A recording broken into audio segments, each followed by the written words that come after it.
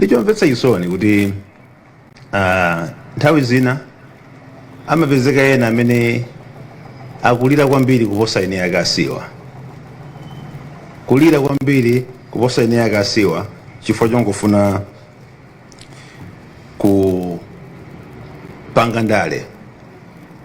Timafuna tipemphe tili pamwambo wa maliro, palibe amene atakhale kuti chipani chake cha ndale chioneka bwino kwambiri mawa chifukwa chakuti anatengeka ndi maliro a Dr. Saulos Klaus Chilima. Timafuna ndiwayankhula ndale, taonapo mapulani amene alipo, taonapo zimene wena akukonzekera, nkumadabwa kuti tsono adakhala kuti achipani choti apange zinthu zoterezi anakhala mwina a UTM chifukwa kuti siyayo ndi president wa UTM. Kodi chimene ena achita nazo machawi kwambiri nkumafuna kuti atengerepo dzina pa maliro a Dr. Saulos Klaus Chilima kukhala chani. Iyi ndi nthawi ya maliro, si nthawi ya ndale.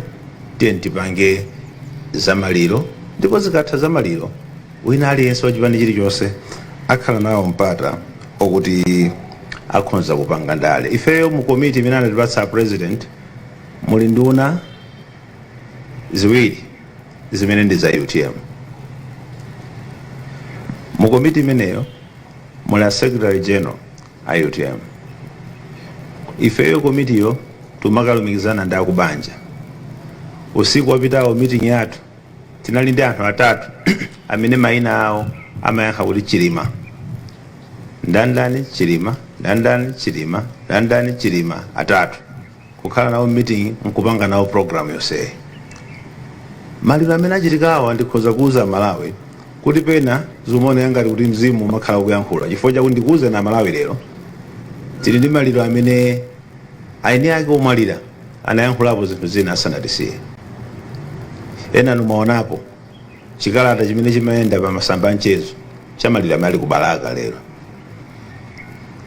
Achibala atifotokozerapo mbali zina ndi zinazi za zinthu zimene mwina mizimu imayankhulozera mwa aine ake omwalira. And zimene ife tafotokozeredwa kuma planning kutoza kuti maliro awa mwini wake sanafune kuti kudzakhale ndale zonyasa. Mwini wake sanafune kuti kudzakhale ndale zonyasa zina zilizonse. Nawo ndikamba za anthu amene dzina lawo limayankha kuti Chilima, amene mwanjira ina iliyonse anamfedwa kwambiri ndi iwowa.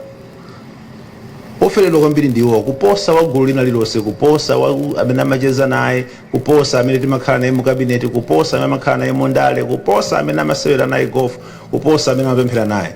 Amene ali olira kwambiri ndi amene ali abale ake obadwa naye limodzi. Abale ake akunena zokuti sitikufuna zoti mukapange ndale kumaliro. Wina uchichitike ndi chipani chako basi panga mobilize anthu ako adzika panga zinthu kumaliro. Bwanji osadikirira tiyike maliro mwa ulemu.